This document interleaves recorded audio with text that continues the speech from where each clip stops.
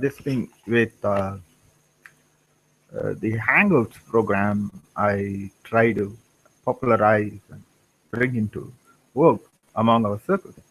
This particular program is about the Nadia disturbances in West Bengal, and it's supposed to have a presentation of situation report from Tapan Gosh, the founder of Hindu Samhati. Unfortunately, program I tried to actually popularize. What happened was we are hearing an echo there. Um, what happened was um, I oh wait a minute. Yes.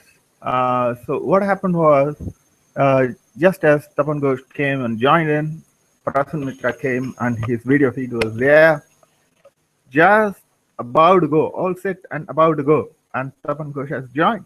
And just then the power went off, and it rained like anything, and the whole town there was a blackout, and so there's nothing we could do, and the voltage kept fluctuating, and so I don't know what to do. Since there may be viewers who would come to the page, I'll just give an introduction and try to get Tapan Ghosh at the next possible schedule um, to do a live program. I don't know. Somehow, every time I organize it, something or the other keeps happening. That at the last moment, that it couldn't be done. Yeah. So now, mm, here is a screenshot of.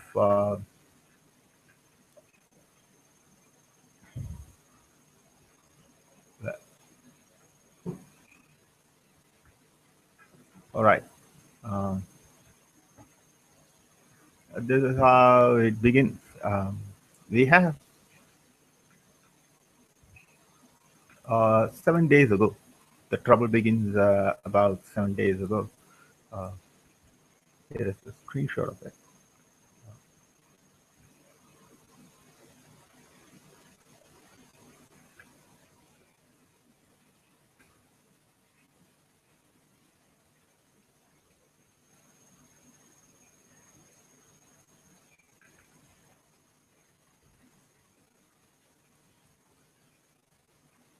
So here we get on May 4th, 2015, a report from Tapan Ghosh that says serious communal clash in Nadia district, 4 killed, located on the Indo-Bangladesh border.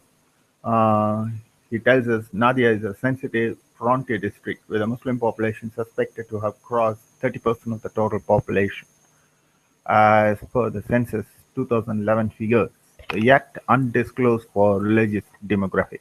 Under Kaliganj police station in Jaranpur and Nauda villages, there have been serious clashes reported, which occurred on the May 4th at about 3 p.m. It seems that a religious procession has been allegedly attacked in front of a mosque in Jaranpur village. Heavy bombing and firing from both sides, and a nearby village has also been attacked. Reportedly, 4 Hindus get killed in the process. Their names were Maru Hajra, Rasomi Hajra, Moina Hajra, Shanti Hajra. So this Naoda village is totally unsecured as no police force is posted there. The Hindu villages apprehend a second attack anytime. And Tapan Ghosh tells us that the Hindu volunteers are in communication with the police and they are trying their best to mobilize them to be sent as soon as possible. Some houses have been gutted. Some of the paddy stock have been pilfered and pillaged, and you have some stock burning. And it's he also says since last Bakrid, the tension between the two communities has been escalating.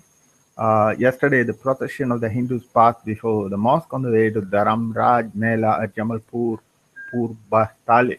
So today, when that procession was returning through the same path, the incident happened. So he also adds, my risk. He says, friends, you're all aware that I regularly broadcast the news of communal disturbances and the Hindu persecution in West Bengal on social media. And this is exactly the kind of news that the state government as well as the mainstream media try to suppress. And I'm going this at a considerable risk to myself. And the government may try to book me under different clauses and subclauses of the criminal code for alleged instigation of communal disturbance of the harmony. Now, nevertheless, I shall have to continue to disseminate this news, whether whatever be the consequences. And I'm also convinced that speaking the truth and not deliberately transgressing any legal border seems to be his lot. Now, then again we get another report from him which says attack on Hindus in Falta on South 24 Parganas district. So this South 24 Parganas district, as we could see in the map, seems to be in the abutting the Bangladesh border. Much of it is coastal areas, as well as on the other side, on the eastern side, it is actually contiguous with Bangladesh. So Nadia is a communally sensitive district with a Muslim population, which he says has crossed 40%. And so large-scale violence is being perpetrated on Hindus in Malikpur village under Falta police station in South 24 Parganas district. So that night, Muslims attacked the Sardara. Um, yeah, the story goes like some Islamist cleric car was his vehicle was involved in a collision, and then that night uh, there was some retaliation over that incident. And so this locality happens to be scheduled tribe and scheduled caste Hindu locality. And these men belonging to the cleric seem to have damaged 3 Hindu houses and one sporting club. So the Falta police in charge convened a peace meeting and then tried to diffuse the tension. And then again, you see the political elements come into the picture. So expectedly, he says today at 2 p.m., about 400 men from the Trinamool Congress, mostly belonging to the same community, and they, with Anshal President Lalatul Hossain Mullah, attacked the Malikpur village with lethal arms. So we got reports from that area of large-scale damage, looting, and arson of Hindu properties, torture, molestation of Hindu women. Many Hindus get injured. More than 100 Hindus flee the village. So as per report, 50 Hindu houses of Sardapara and 10 big shops owned by Hindus of Malikpur market have been looted and damaged. The shops looted of Bibek Kole's medicine store, Mrityunjay Mandal's ration shop, Deepak Pukal's grocery shop, Ajit Dey's hardware shop have been listed. And then the Hindu houses looted and damaged happen to belong to Nabeen Mandal, Kanal Sardar, Kishore Pakka, Tapan Sardar, Madan Sardar. So Subhas Sardar seems to have been seriously injured, taken to a hospital. Till now, police arrested 6 Hindus and 6 Muslims. Now that is even hand for you. And then now reportedly, they the it hasn't come to an end yet. There's a Muslim mob that goes from Magrabat and Calcutta heading towards the village. So they are, he says Hindus are very apprehensive of what is still to come. The worst is still yet to come. So Hindus of this Malikpur village are attached to the VHP and they join the VHP rally. So that is another concern that this could turn a very ugly turn. Now the Hindu victims numbering about 125. So these are the various pictures he shows of the kind of extensive damage to houses and properties belonging to the Hindus in this border district where in certain localities they are turning into minorities. And so again, the political allies of these Islamists. The local leader Musharraf Sheikh accompanied Trinamool leader Latal Hussain. So it seems like both the opposition and the ruling parties uh, members who belong to that community are ganging up together against the Hindus. And according to local people, police force led by Prasenji Das behaved in a partisan way, which is expected. That see, the state government happens to be pro-Islamist. Naturally, these people are going to be supportive of these so-called minorities, which is actually this problem. We'll come to that, trying to understand what is going on there. So these are some of the pictures of the stand taken by Tapan Gosh during these disturbances.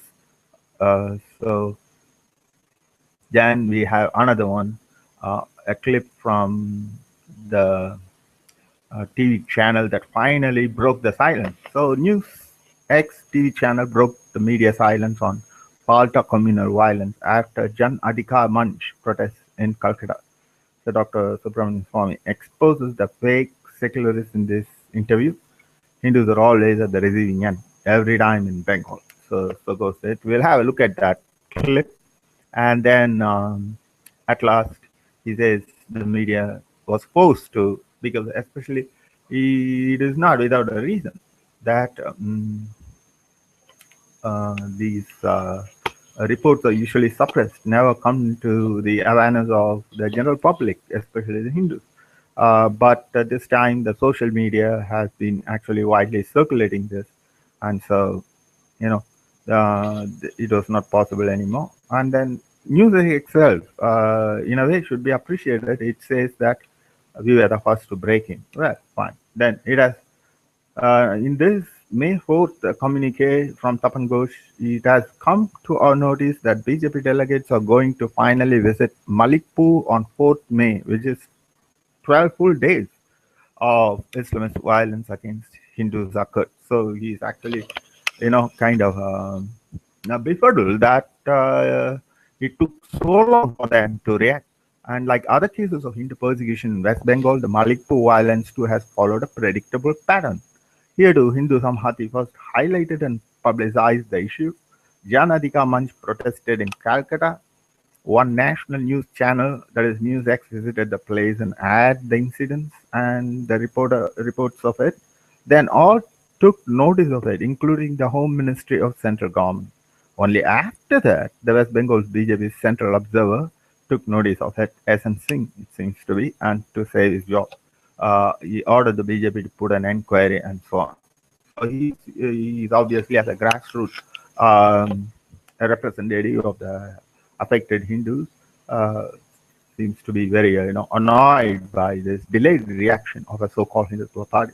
Well, and only the small Hindu rights organizations is here to give voice to the hapless Hindu victims, when they are beset by fundamentalist forces in rural Bengal, in the border districts in South 24 Parganas.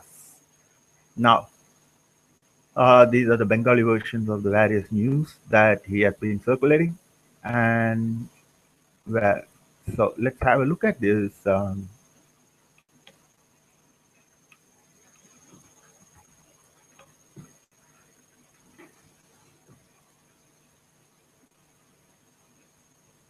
kitty. Oh, look, another kitty. Oh, and another. And another cat. Okay, dude, we get it. You like cats. Like I said, everybody.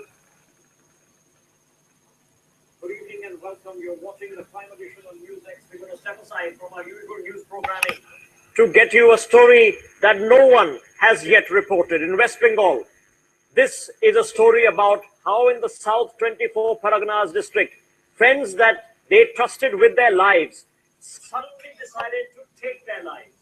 The provocation born out of a misunderstanding and rumor mongering soon assumed they are going really off the track. Against a community which finds itself in a minority in the area. For 2 whole days, murderous mobs rampaged through the streets, smoking out members of the community. The mobs desecrated a temple, razed homes, and snatched food and livestock. The hapless community found themselves isolated and terrorized. For 48 hours, the state machinery, led by the police, did nothing. This is a story of ruthless ethnic profiling and cleansing. Mamta Banerjee, who rushed to Ranaghat to visit a nun who had been raped in a nunnery, has not even issued a statement. Finally, after the news was broke by NewsX, the police have belatedly called for a meeting between the two communities. Here's the ground report from Malikpur village in the 24 South Paraganas. Saurav Sanyal is there. Livestock which has gone missing ever since a rampaging mob entered the village and vandalized nearly 20 houses in close vicinity, gutting down other houses, little shops, everything that possibly came in their way. The family ran for cover, the family ran for their lives, and they've been staying in a makeshift shelter home in a nearby club for the last 2 nights. Today morning, they have mustered enough courage to walk up to their house, and this is what they find. In fact, let me draw your attention to this place of worship. The family says that they're devastated that the place of worship has not been spared either. Everything has been vandalized, the haystack has been gutted down, the furniture inside the house has been completely reduced to pieces. তো মৌলভী সাহেব কিন্তু statement দিতে থানায় বলেছে যে আমি কোথাও কিছু বলিনি, আমার গায়ে কেউ হাত দেয়নি, এটা ভুল বোঝাবুঝি হয়ে ওরা ওদিক থেকে গ্রামে গিয়ে বলেছে যে আমাকে মেরেছে, তার জন্য ওরা রাত্রেই 4-5টি ছেলে নিয়েছে, ক্লাব সংলগ্ন কিছু দোকান ওরা ভাঙচুর করেছে। তারপর থেকে কন্টিনিউ এইভাবেই ওরা মল্লিকপুর রোডে টর্চারিং করছে।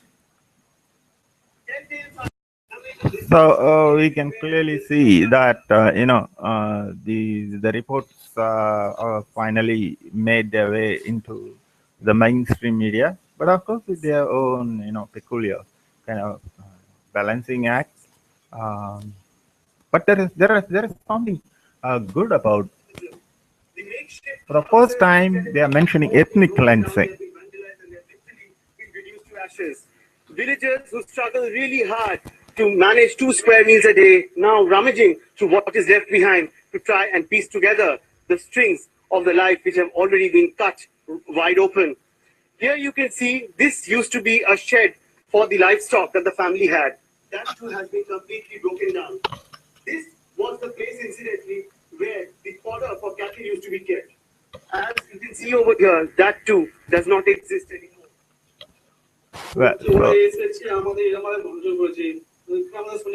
ঠাকুর তো পাচ্ছে না, আমাদের ভেঙে দিয়েছে ঘরটা, আমাদের তালিপুলি সব ভেঙে দিয়েছে, আমাদের প্রচন্ড উদ্যোগ করেছে, এখানে ঘরের গাদা আছে ধরে দিয়েছে, অনেক ঘর বাড়ি এসে ভাঙচুর করেছে ওরা।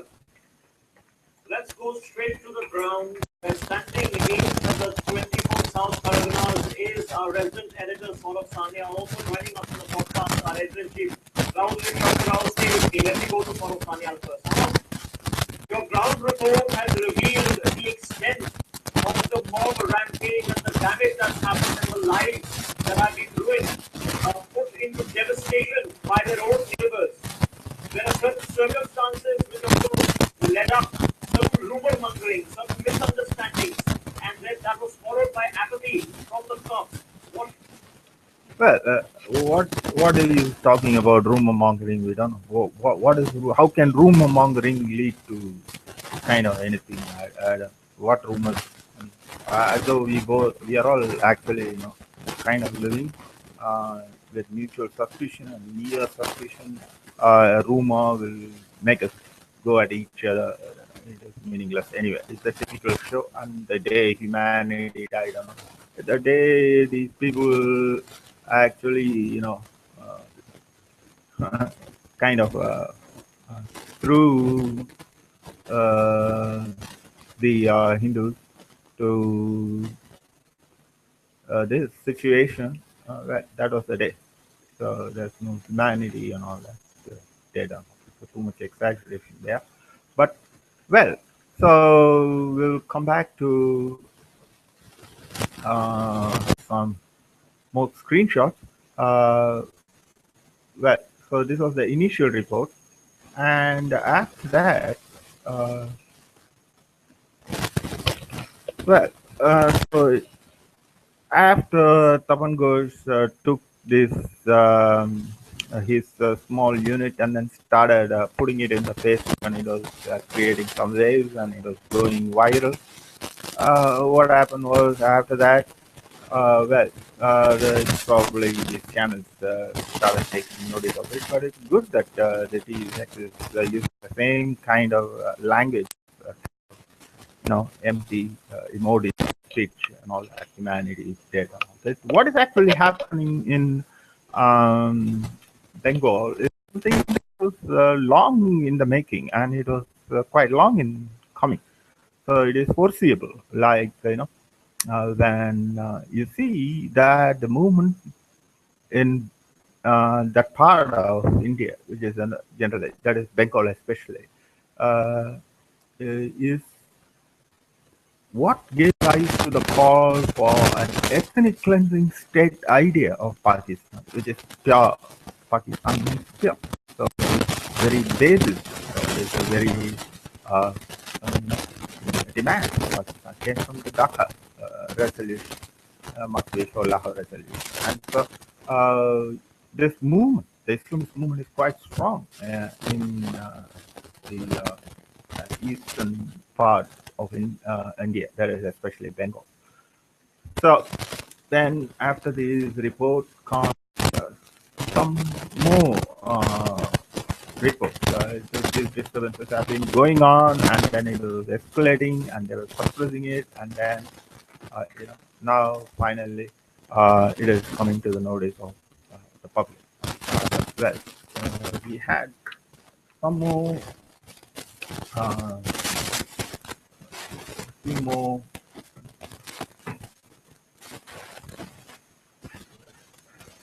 Few more. Okay.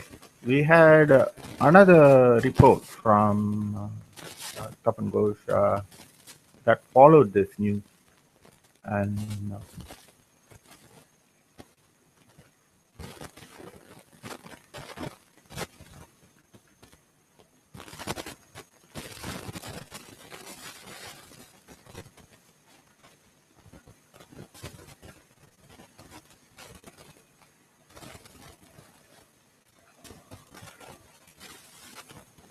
so,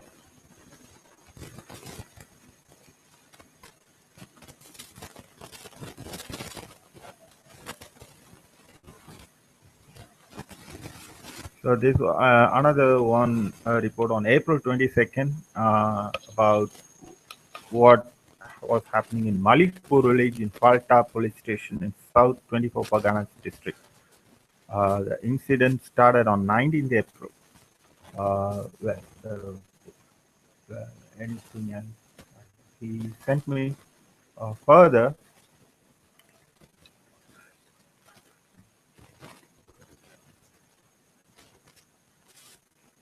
Yeah. After Kaliganj, now Hunch Kali in the same district of Nadia. In this border village, Hindus again were the victims of torture. So one of his own workers, Datanu Bhattacharya, visited that place, he says, and collected report despite extreme hurdles created by the police. And Sri Biman Ghosh, the elder brother of Sri Bimal Ghosh, runs a garment shop in Hanchkali market. About a month ago, the shutter of the shop was damaged by a truck, and as usual, uh, over this scuffle, as an excuse, then the it grows into a full-blown clash, and then the Islamists step in, and then what we see next is they assaulted Biman in the market and struck him on the head, and then his house and his vehicle. So here we have this picture of his car damaged, his house damaged, and so on. Well,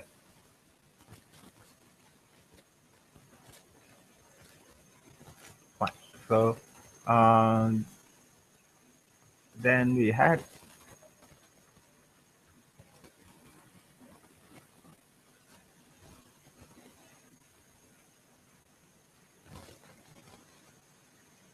okay.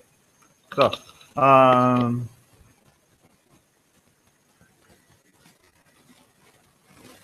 what we find here in these disturbances that Tapan Gosh and his team are handling uh, is a kind of a problem that comes from the as a follow from mm, well, um, this problem comes from a steady stream of immigrants from Bangladesh, not necessarily due to economic factors, because the Islamist movement is very deeply entrenched in that part of India, that is eastern India, and so the call for Pakistan itself came from there initially, and this movement has been growing and it is at war with its own community. You see, in Bangladesh, the Islamists are going after the secularists, and the secularists are actually, trying to stop their advances. While here in India, the secularists are actually, um, uh, kind of the language that we saw in music, like rumor mongering and all those kind of. They do not clearly see that this is a part of an Islamization drive, a radicalization drive, and they do not see what is happening across the border. So that movement there, this Islamization movement there, is what led to the Bangladesh genocide and millions casualties, and then millions fled as refugees. And this is the same Islamization drive that is still, sanguine in Bangladesh. The conflict is quite sanguine, very bloody. These atheist bloggers being hacked to death recently is a part of that. And so, what is actually happening is when these people pour in here, you saw that Tapan Ghosh is kind of uh, noting that the Nehruvian parties like the TMC, that is the Trinamool Congress, as well as the communists and these members are actually into it, and the members are into it. And the reason is simple: is that these immigrants who are predominantly Muslim provide a ready, kind of captive voters, and so they encourage this infiltration. So, in order to arbitrate this process, unfortunately, instead of the secular Bangladesh, the only arbitrators for this who can arbiter this kind of movement into an easy settlement in Bengal uh, are the Jamati, so Islam. So that is the reason why these political parties are also colluding with it, and this is happening. So the Islamization drive in Bengal is based on a long-standing uh, objective to actually, ethnically cleanse. So in fact, they got it once for that. There is an ethnic cleanse. There is just that. So this is again a part of the very old, century-old ambition of the Muslim League and the founders of Pakistan movement to Islamize the Northeast, to obtain a living space, just like the Nazis wanted a living space, and laid claim to vast tracts of adjoining countries in Europe on the basis that these are actually Nordic lands. And so, on the same rationale, the Islamist movement in Bangladesh is seeking to actually, um, expand, first demographically invade these regions, and then demographically topple the status quo and turn, and once they gain a critical mass, like 30%, 40%, like Tapan Gosh has enumerated, once they reach that stage, they want to push out with threats of, shows of strength, physical violence, and then with the kind of political clout that these people could buy and negotiate with the democratic parties, which, of course, get compromised. And so As a result of all this trust and the general hesitation of the public not to look at it as common, that is why he's using this word room among them. There's nothing to room about it. It is quite open. It is a fact. Census after census shows that the border districts have been steadily,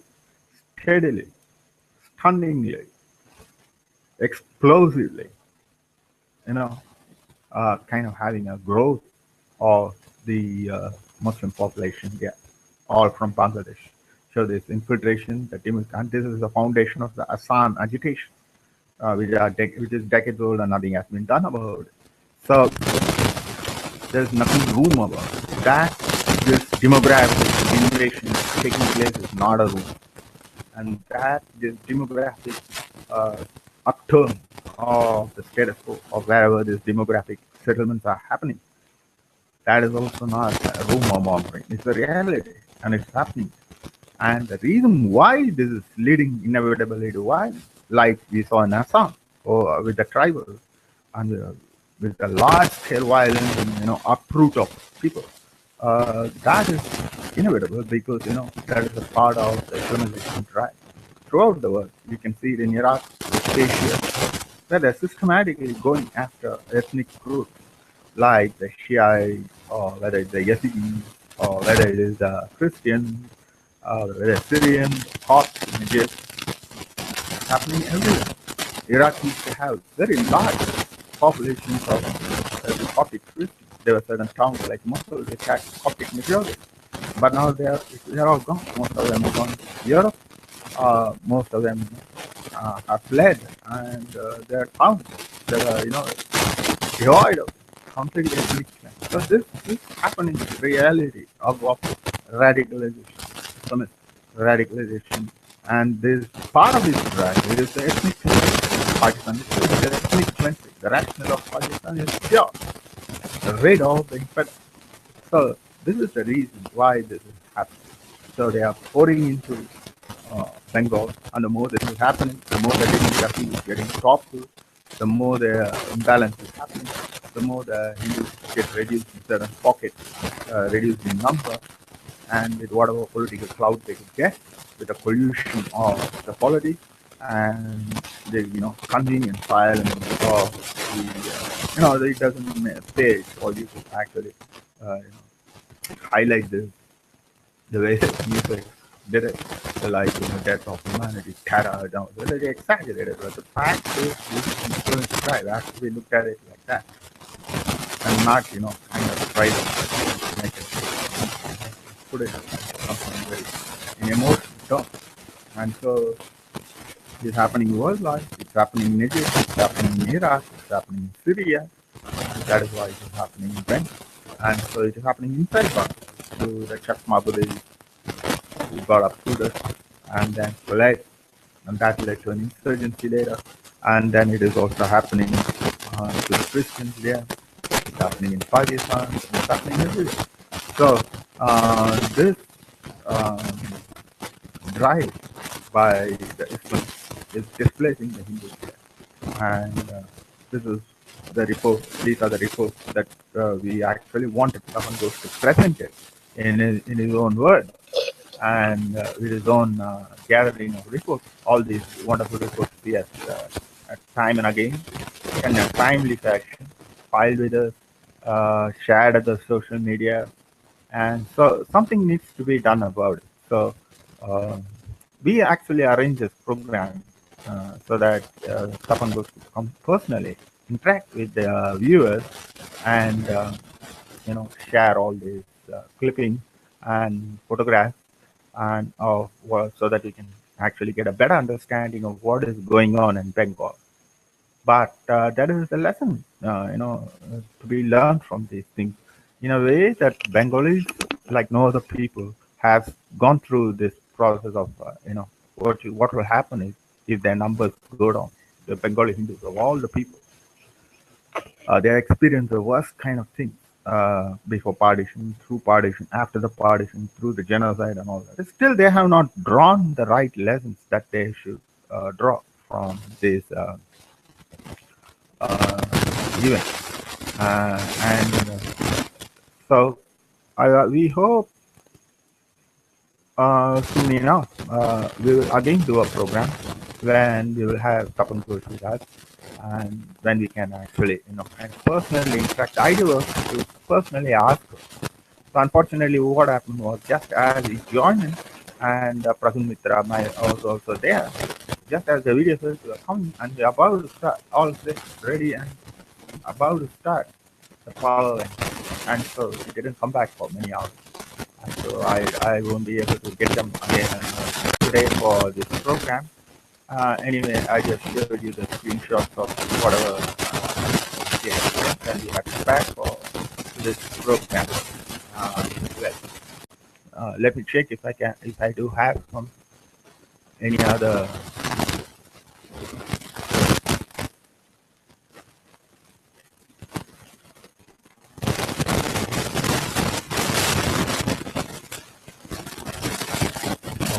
I believe that is so. Well, we'll do yet another program soon enough, and I'll try to get in person for that. And